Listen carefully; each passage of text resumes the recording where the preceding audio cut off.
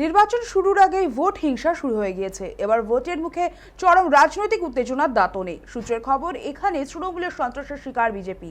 এমনকি তৃণমূলের বিরুদ্ধে বেধড়ক মারধরেরও অভিযোগ তুলেছে বিজেপি। জানা গিয়েছে, বিজেপি প্রার্থীর প্রচারের সময় আচমকা হামলার ঘটনাটি ঘটে।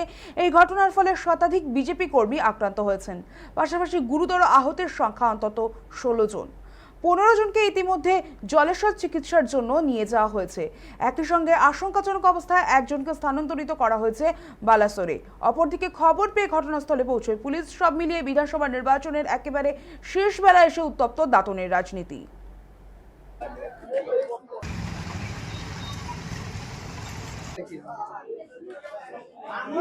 আমাকে মারা হয়েছে ওই র্যালিতে, ওইখানে মানে কিছু জন আটকে ছিল মাঝখানে।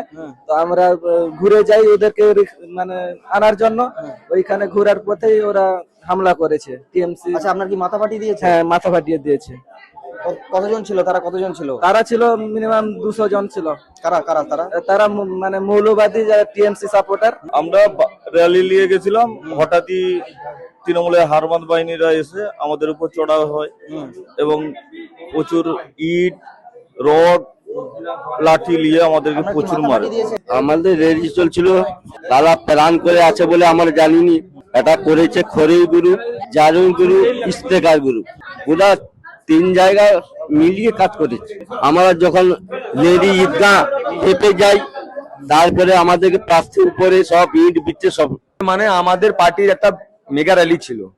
তো ফোর্সটা আমাদের প্রথম দেখলাম আমাদের জাহালদা থেকে, যেটা আমরা তুর্কা পর্যন্ত ফোর্সটা ছিল। কিন্তু আমরা এখানে আইসিকে বা আমার লিসেন জানানো পর্যন্ত যে এখানে আমাদের যে আতলা বস্তিটা, ওটা হচ্ছে অ্যাকচুয়ালি সেন্সিটিভ বস্তি। বিগত দিনে নির্বাচনে আমরা দেখেছি এখানে প্রতিবারে শাসক দল অ্যাটাক করে। তো জানা সত্ত্বেও সেখানে কোনো ফোর্স নেই। এখানে আমাদের প্রায় 50 জন মতো কর্মীকে এবং আরো কেউ মানে অত্যাচার করেছে। 100-র উপরে বললো, আমি ছিলাম, আমার উপরে অ্যাটাক হয়েছে। আচ্ছা, এবারে আমরা যখন ফোর্স গেল, আমাদের একজন কর্মীকে নিয়ে ওরা নৃশংসভাবে মারধর করে।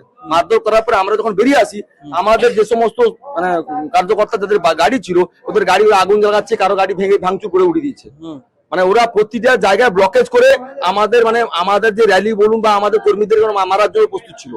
কারা ছিল শনাক্ত করতে পেরেছেন? শাসক দল। শাসক দলের হারমাত বলে চলে, যে এখানকার জেহাদি গোষ্ঠী বললেই চলে। আচ্ছা, জেহাদি গোষ্ঠী এক প্রকার। মানে আমার কথা বললে চলে, মানে এরকম আমাদের পশ্চিমবাংলায় ওদের ভোটার লিস্টেও নাম নেই ওদের। ওরা এখানে যে প্রার্থী হয়েছেন শাসক দলের মানিক বাবু ইন্দ্রনী কাজটা হয়েছে।